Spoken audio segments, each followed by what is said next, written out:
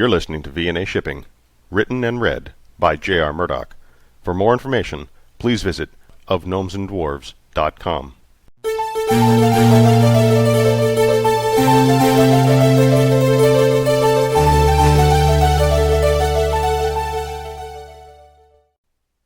Can you believe that jerk? Eep, eep, eep. You said it. He expected me to cook and then tells me I can't go back to Munchkata? That's just so unfair. June felt like she was 15 again, and complaining that her parents wouldn't let her out of the house. At least she knew she could tell everything to Dexter without a word of it getting back to Vic. Sometimes she went off on him, but she wanted him to think she was tough. If he didn't think that, she wouldn't be worth keeping on the ship, and there was something about Vic that lingered in the back of her mind that if he found her worthless, he'd leave her on Munchkata, and then she'd truly be alone. Dex, can you zip me up? Eep, eep, eep. Dexter never wore any clothes, except during security duty, when he wore 2 thick leather belts across his chest that crossed just under the arm that protruded from his chest. Each came down to his hips, where he strapped his blasters. These dragged on the ground due to Dexter's extremely short legs. For being just under 3 feet tall, the little guy was quick. Quick and quiet, a dangerous combination. The quiet part was what June loved best about Dexter. All he ever said was, "Eep, eep, eep." But it was the way he said it that made you know he understood you. And he couldn't convey that information to anyone else. That was the most special. Dexter zipped up the back of June's outfit by standing on a bench. Her outfit was much like all her other outfits, black with hot pink trim. She liked the color combination, and it didn't seem like anyone else in the galaxy wore those colors together the way she did. Her outfit had been special ordered. It was made up of similar duroplasty that made up the ship's hull. It was impervious to most energy blasts, and could also block smaller projectiles. It wasn't very form-fitting, but she wasn't looking to impress anyone while on duty. Like Dexter, she also strapped on 2 blasters. Hers were smaller and longer than Dexter's. Hers were designed for accuracy, whereas Dexter's were for short-range shots. All she had to do was get her helmet on, and she'd be ready. She leaned her head back, pulled her hair up into a bun on top of her head, and secured it. Eep, eep, eep. What was that, Dexter? Hi, June. Joey, what's he doing down here? God, I hope he didn't see me changing. Eep, eep, eep. What? Vic just sent me down here. Something about helping? June sighed. What does he think we've got down here that you can help with? Joey's elated look faded quickly to disappointment. She felt bad, but what was she supposed to do with Joey? Vic should be the one babysitting, not her, especially after he denied her to go back to Munchkata. I don't know, Joey said in a defeated voice. Damn it, Vic. Look, we've only got so much gear. If Vic wants you to help out with security, you're going to have to order some equipment. We can't do that until we get back to home port. June pulled a vest made of duriplasty off the wall and handed it to Joey. What is this? It's the best thing we've got. Put it on, and we'll find you a gun. Her tone was cold and flat. Joey made a tisking noise. Why are you so mad? She was mad at Vic. It wasn't Joey's fault. She just didn't want to have to watch the new person while she was supposed to be on security duty. Planchar was bound to be a dangerous planet on which to drop off this load. The country they'd sold it to had a lot of enemies, and the last thing they needed to do was to get caught in the middle of a civil war with a load of tenindrium. Of course she didn't want Joey to know any of this. Sorry. Just put that vest on. Joey put the vest on. Dexter reached up to help him buckle the sides. Joey shied away. Let him help you. He's good at this security stuff, and you're the last person who wants to upset Dexter again. Joey paled and allowed Dexter to assist with the buckles. June opened a panel on the wall and removed her helmet. It, unlike her outfit, was completely black. It was a dome about twice the size of her head. Inside were advanced electronic sensors that would allow her to scan and monitor everything around the ship without having to move. She'd even made Vic install cameras all around the ship that worked with her helmet so she could monitor everything. It had taken her a long time to get Vic to trust her, but she was paranoid enough after several of their trips. Dexter was good, but she made sure that all bases were covered. Once she was inside her suit, nothing could get to her. She felt like a different person. That's what helped her through the tough times she'd been fighting. Wow! Why don't I get one of those? Look, you need to earn something like this. You've only been on the ship a couple of days, if that. When you've spent as much time in this dump as I have, you can buy your own. Eep, eep, eep. See, even Dexter agrees with me. Joey frowned. Do I at least get a gun? It took all her will not to laugh. Have you ever shot a gun? Yes. She removed her left gun and handed it to him. There's a target on the other side of the cargo hold, about 90 yards out. Do you see it? I want you to shoot it. He stood in the doorway and peered to the other end of the cargo hold. Even if he saw it, she was certain he'd never hit it. Blasters didn't have the kick of a regular gun, and her father, being a detective, had taken her shooting many times as a young girl. She knew how to handle a gun. Looking at the way Joey held the gun when she handed it to him, let her know there was no way he'd be able to shoot it. "That little thing? Way over there?" Joey asked, incredulous, as he turned around, gun in hand, and faced June. She snapped the gun out of his hand. "When you learn how to respect a weapon, you can have one." His look of surprise was devastating, but she didn't have time for this. They were going to land soon. She needed to be ready. This little game was over. "You're going to stay with Dexter. You don't stray from his side. I don't care how much you want to go and look around this, being your first time on a strange planet. This isn't Earth. If you walk away from this ship, you're going to end up dead. Do you understand?" Joey nodded. "Good." June put the gun back on her hip and the helmet on her head. Displays popped up instantly as the smart fibers in the suit connected with the helmet. She saw her stats. Her heart rate was up. The banter with Joey had gotten her worked up. She was going to have to sit for 5 minutes just to calm down enough. Joey was going to have to keep himself company. As she sat down on the one bench in the security room, the outside displays came up. The exterior of the ship looked good, nothing trailing them. Planchar was getting close.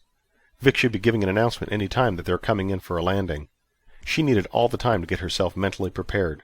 This trip had drained her, and now she wasn't going to get to relax like she thought she'd be able to. It just wasn't fair. Not fair at all.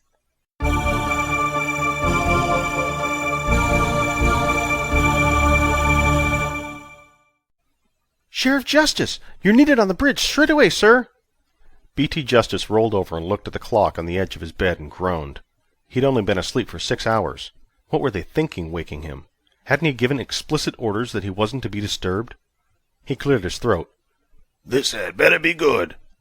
"Sir, the SS Acid Rat!" Justice took a deep breath and slapped his hand on his face. He wanted to be awake for this. "Where?" he asked and shook his head and rubbed his face aggressively. "They just sent their ship numbers to report a landing on planet Planchar." "Blanchard?" "Yes, sir." That made a strange sort of sense. Planchar could be in need of tenindrium. He would have to check to see if there was a trade embargo against Planchar that would prevent them from getting a shipment through normal lines. It was strange for someone to hire an independent, and a crafty one at that, to ship such a simple load. "I'm on my way to the bridge. I want to know everything about Blanchard when I get there." "Yes, sir." It took less than a minute for B.T. Justice to don his uniform, stomp out of his room, and head to the bridge. They had landed on the second moon of Munchkata, and were waiting for something like this. He'd suspected they wouldn't report the proper numbers, and he wouldn't be able to catch them here when they returned. This was a stroke of luck he couldn't have wished for. "Where are they?" One of the young officers jumped up. "Sir, they're landing now." "How soon can we take off?" "I've already contacted the engineer. He says it'll be 45 minutes. "What?"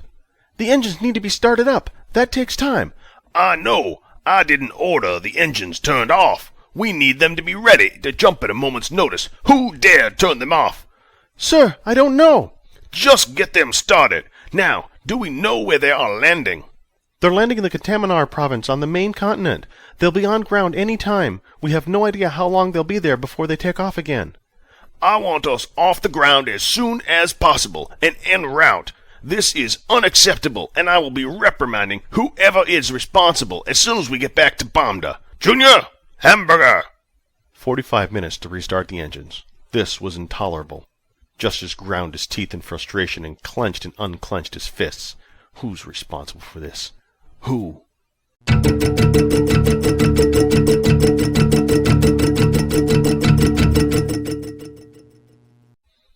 When the SS Acid Rat was out of hyperspace, Mike decided it was time to do a little reconnaissance work. Joey had gone into the weapons room where Dexter and June were getting ready. Vic must want to keep the boy busy while the ship was landed. Mike was going to have to keep Joey out of the way when the challenge was issued. Vic would be easy to counter when the time came. He wasn't bright, and was easy to coerce into awkward situations. Over the past year, Mike had convinced Vic to take on several difficult assignments to just see how far he could manipulate the man. The boss had given the right information each time, and hadn't led him astray. Argmon would do anything Vic said. Mike always thought that was strange, given the fact that the ship had belonged to Argmon in the first place. Argmon had lost his brother, so perhaps the Shathar's brother was the brains of the operation, and Argmon was just the muscle. Either way, Mike had discounted Argmon's ability in every way. Mike crept along the ceiling of the cargo bay. It was most comfortable to come down from the top. All the others on the ship were, after all, two-dimensional movers, and never seemed to look up. Continuing the rundown of the ship's crew, Dexter and Jupnop were both difficult to comprehend, but neither had exhibited even a remote thought of their own. They did what they were told, didn't ask questions, and were even more subservient than Argmon.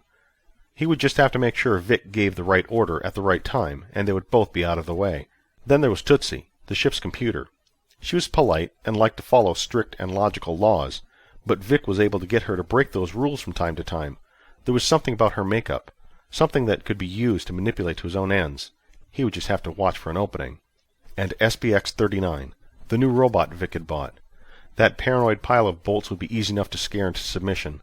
Mike had already scared it enough and gotten it to do certain menial tasks.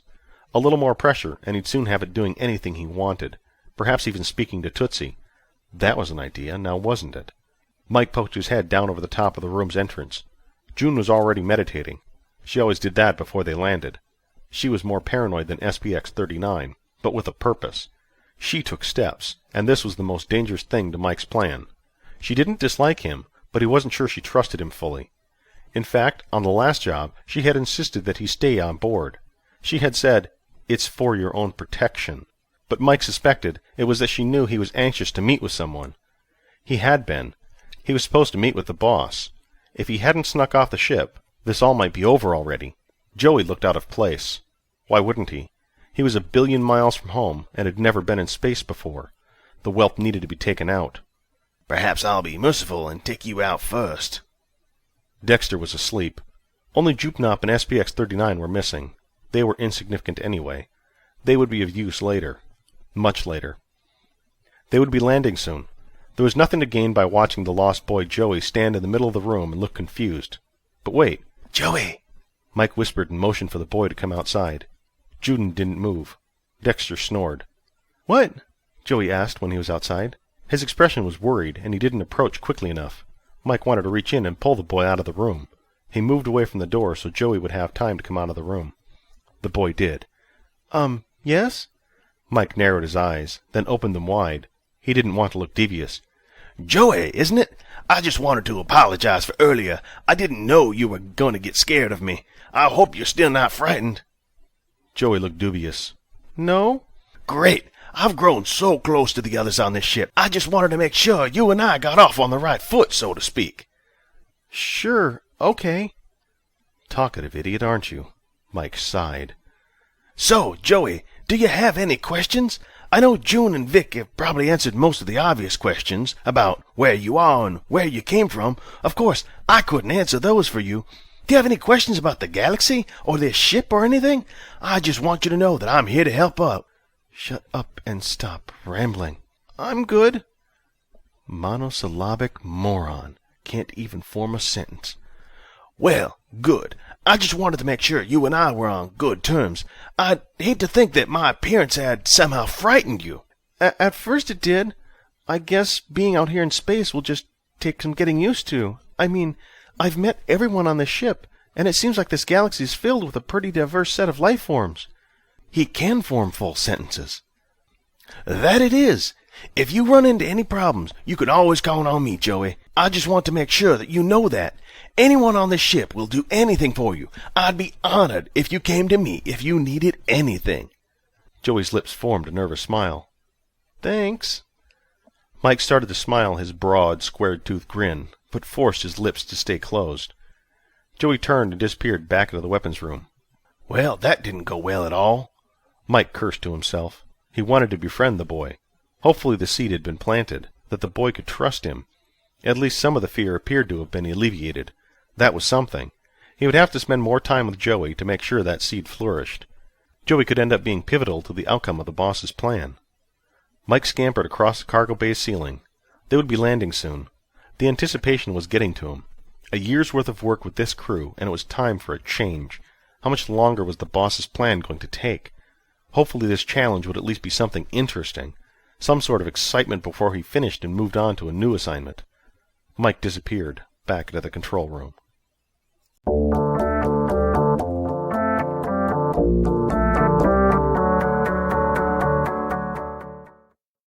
June looked dangerous in her form-fitting, black with pink trim outfit, with the black fishbowl helmet and long-barreled gun slung low on her hips.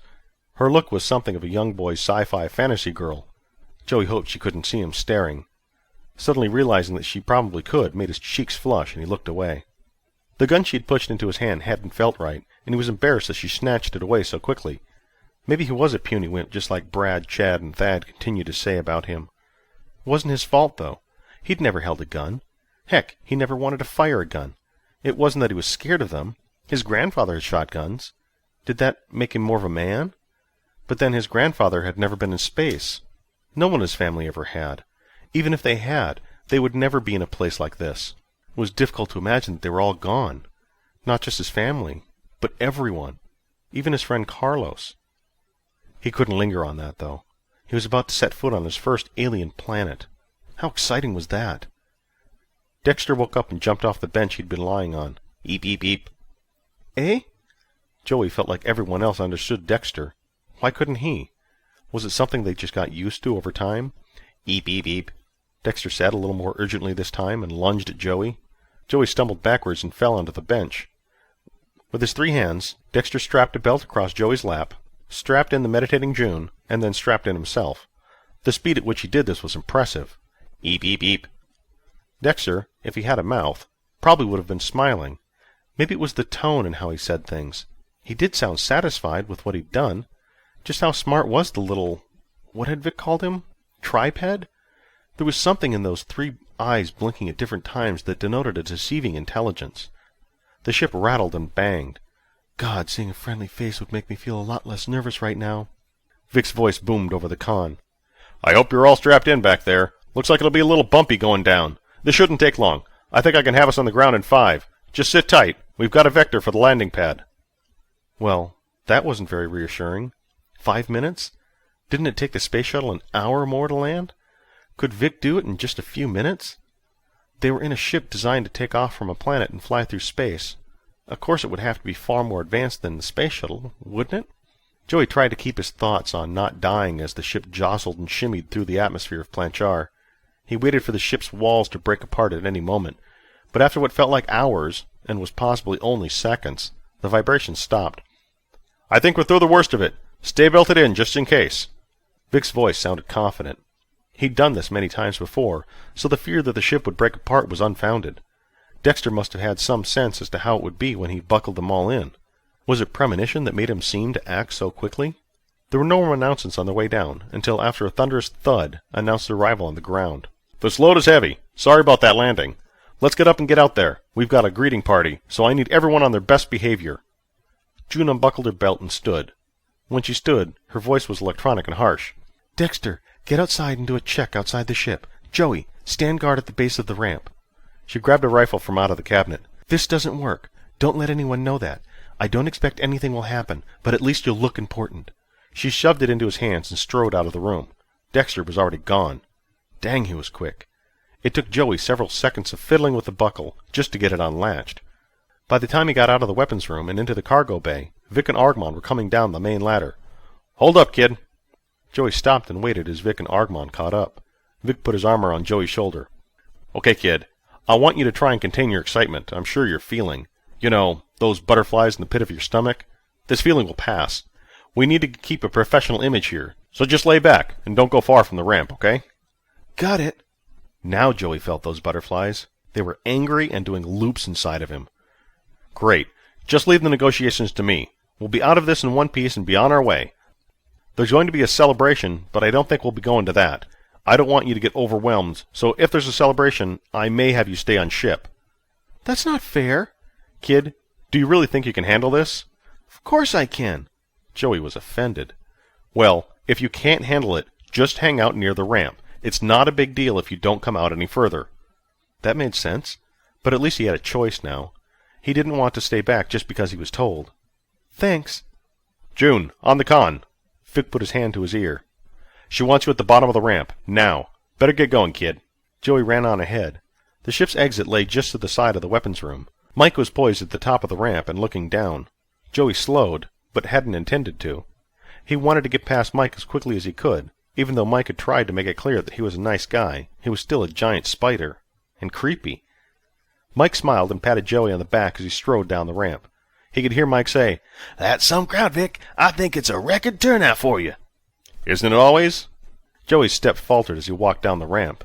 He'd been on a stage before, when he was 6 and at the church Christmas play. He'd gotten nervous and wet himself in front of the entire congregation. That was only about 200 people. This was a flood of people, all of them cheering and applauding. Music played with loud crashes and bangs of drums, trumpets, all in a cacophony of noise. The din was deafening. Behind the waves of people were buildings that extended into the sky. Living in Southern California, Joey hadn't seen many skyscrapers. He knew that the buildings in downtown San Diego were comparatively small when you considered those in New York, but he was certain that these he was seeing would dwarf even the tallest on Earth. The sky was a dark, dingy yellow in color and littered with black smoke. Once he was able to breathe again, he'd been holding his breath since he saw the crowd. He realized that the air burned. Involuntarily he coughed and gagged.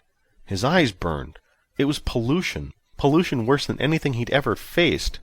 It was like the entire Earth's pollution was condensed to this one spot and assaulting him violently. Vic put his hand on Joey's back and yelled over the din. "Quite some reception, eh? Tunindrium is used to clean pollution from the planet's atmosphere. As you can tell, these guys need it. They haven't been able to get any because the guys on Bombda have imposed a trade embargo against Planchar for some reason or another. That's where we came in." Now it made sense. But suddenly Joey didn't care. He was getting dizzy. He had this feeling once when he was 14 and he and Carlos had smoked a pack of cigarettes in about an hour. His eyes watered. His mind recoiled. Breathing became difficult. And just like that time when he was 14, he passed out.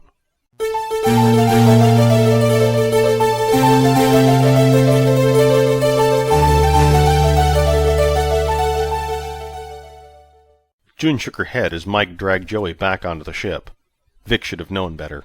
Joey wasn't prepared for this. It took her several planets before she even dared to walk off the ship for the first time, and that was only to set foot on the solid ground before she ran back into the ship. Joey had been scared not only by the planet, but the people. Something with her unconscious psychic abilities told her that. But he was in good hands with Mike. She didn't need to worry about him. She needed to keep an eye on everything around the ship. The cameras mounted on the ship's exterior gave her a view of everything on small view screens inside her helmet. With a word she could switch views, zoom, pan, and filter. With the throngs of people around the ship, anything could get through. But she was certain that whoever would attack this load would not be close by. There were a large number of tall buildings, all with easy access to the ship. She had half the cameras aimed high and set to focus on any movement. Vic and Argmon made their way to a group of very fat, official-looking men and women. Hands were shaken, and smiles exchanged. The largest of the fat men led the two of them to a small raised platform, and his voice boomed over a hidden PA system. "Ladies and gentlemen, V&A shipping has arrived!" Fireworks exploded high overhead. The cameras swung in the direction of each projectile until it exploded and then panned to acquire a new target. June's eyes darted to each, looking to see if anything was going in any direction other than up. It was hard to keep track of all of them, but it was possible there would be no attack. "Contamina would like to thank and commend V&A Shipping for delivering a precious and much-needed load of tunindrium." Another round of cheers and fireworks erupted. This time one of the ship's cameras didn't focus on a rising firework, but on a figure atop a distant building. "Zoom, camera C, ×2. "What's up, June?" He was equipped with an earpiece and mic, as were Argmon and Dexter. "Just checking something out. Nothing to worry yet. Focus." "I will." "Not you, the camera." Whoever had been atop the building had dipped out of sight. The camera would stay trained on that spot now.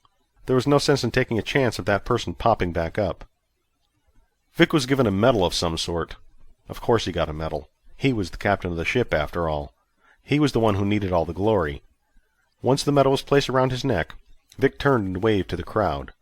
A man with a camera stood up and pushed a button on its top. Nothing happened. There was no flash or anything. June trained 2 cameras in to see what was going on. Something grew out of the ground. She trained a third camera. It looked like legs made from rocks, with a billion tiny particles adding more to the protrusions all the time. A statue? "And in honor of your bravery, this statue shall remain on this spot for all time to let everyone know that it was Vic of V&A Shipping that saved our planet from self-destruction. Let's all look upon it and marvel." A statue. As if getting a medal and having the entire planet adore him wasn't enough, he was having a statue erected in his honor. for a load of tunindrium. This was ridiculous. One camera panned away as a crane lowered down to the acid rat. "Mike, open the cargo bay," Vic ordered. No response came, but the top of the ship opened up. The crane's hook descended into the cargo bay. When it stopped, there was a long pause. Mike had to be hooking up the load. When the crane started to pull up on the load, the ship groaned loudly. The boom of the crane went dangerously forward. The crane clamped down and righted itself, and the load was drawn out of the ship. The canister, about the size of a Volkswagen Beetle, tunindrium being the heaviest known element in the galaxy, didn't need a big canister, appeared, and more cheers and fireworks ensued. The crowd swayed from side to side, and the band started up. 3 cameras spun and zoomed to the top of one building. A person was definitely there. Whoever it was had a gun, and a huge gun at that. They were going to shoot something, and the ship was in the way. June cared about getting the load delivered, and that was done, but the ship was her home now, and she cared about that even more. "Trouble! Dexter, to me!" "What's up?" Vic said. "It's under control." "Eep, eep, eep." Dexter arrived at her back. "Keep me covered, Dex. There may be someone in the crowd." June raised both guns. The person was almost done setting up his gun. He'd been waiting for the shipment to be out, and he was either going to shoot and detonate it, or hope to shoot the cable of the crane and crash it back onto the ship. Either way, this guy was trouble. Gasps rose up from the crowd. One camera angle showed people moving away. Dexter had his guns out and scanned everyone and watched for anything out of the ordinary. Crosshairs appeared in June's view, one set for each gun. She was able to get them both focused on the man on the building. He was working frantically to get the gun mounted. Why hadn't they set up beforehand? Something didn't feel right. Something was wrong. Dexter fired. A woman was downed, and the crowd pushed back in panic. "Dexter, what happened?" "Eep, eep, eep." Dexter fired another shot into a man's chest, and he exploded. June saw the gun, but the crowd couldn't have seen it. It wasn't looking good for the home team. She had to concentrate. They had threats here, and on top of the building. She could have removed the threat if she'd seen it earlier. They must have known that. June set the crosshairs on the man's head and fired. His head disappeared in a mist of blood. "All cameras in." "There's a lot of confusion here. What's going on?" Vic demanded over the screaming crowd. "I'm on it, Vic." June shot 2 people coming from the other side of the ship. There couldn't be many more. These things always came in small waves. Something overhead groaned. The canister was still over the ship. The crane should have lowered it by now. Why was it still in the air? "Camera G, focus. Crane." "Crane? What's going on with the crane?" From one camera angle, June saw Vic look up above the ship, and his mouth gape open. In camera G, she saw the controller of the crane in a struggle with someone. Someone knew their plan had failed, and was trying to execute an ad hoc plan. The crosshairs lined up, and the man's head disappeared, just like his partner's had. The crane operator leapt from the crane and ran. "Vic, problem. Can you get to the crane?" "What's up?" "Just go. We need a crane operator." "I'm on it." One camera tracked Vic, running to the other side of the ship, and to the crane. He jumped inside and moved the canister away from the ship, and slowly lowered it to the ground. No more shots were fired. The canister made it safely to the ground, and as luck would have it, Vic's statue had gotten knocked over in the confusion. June smiled. He didn't need another statue on another planet. When Vic exited the crane, she told him, "All clear." "Thanks, June." "Just earning my keep." Dexter holstered his guns and moved the bodies away from the ship. One might be booby-trapped. Dexter always thought of the little details. She would have helped, but she needed to monitor. All buildings were clear now. The crowd had moved back, but was once again pressing forward. The fat guy was making a speech. Great. Vic's going to get more credit, and they'll probably make another statue of him. What luck. June put her weapons away and crossed her arms over her chest. No one messes with the SS Acid Rat, is what her stance said. Something tugged at her mind. Someone of the crew was scared and hiding. Had to be XPX-39, though she had never had a psychic link with him or Tootsie before. Who else would be hiding? Joey was passed out. It couldn't be him. Mike? Not possible. She put it out of her mind. She didn't have time for another distraction. She just wanted to get back on the ship and be on their way. Even if she couldn't get back to Munchkata, she still wanted to be off this planet. It just didn't feel right. Not at all. They were in danger. It was something more than just that little attack. Much bigger indeed.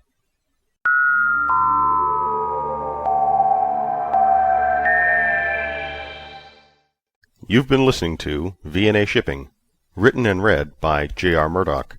For more information about this podcast and its author, please visit ofgnomesandDwarves.com. V&A Shipping is released under a Creative Commons Attributions Only, Non-Commercial, No Derivatives Works 3.0. Feedback can be sent to jrmurdoch@ofgnomesandwarves.com, or you can find me at Twitter or Facebook as J.R. Murdoch. There's a lot of podcast fiction out there. Thank you for taking the time to listen to this one.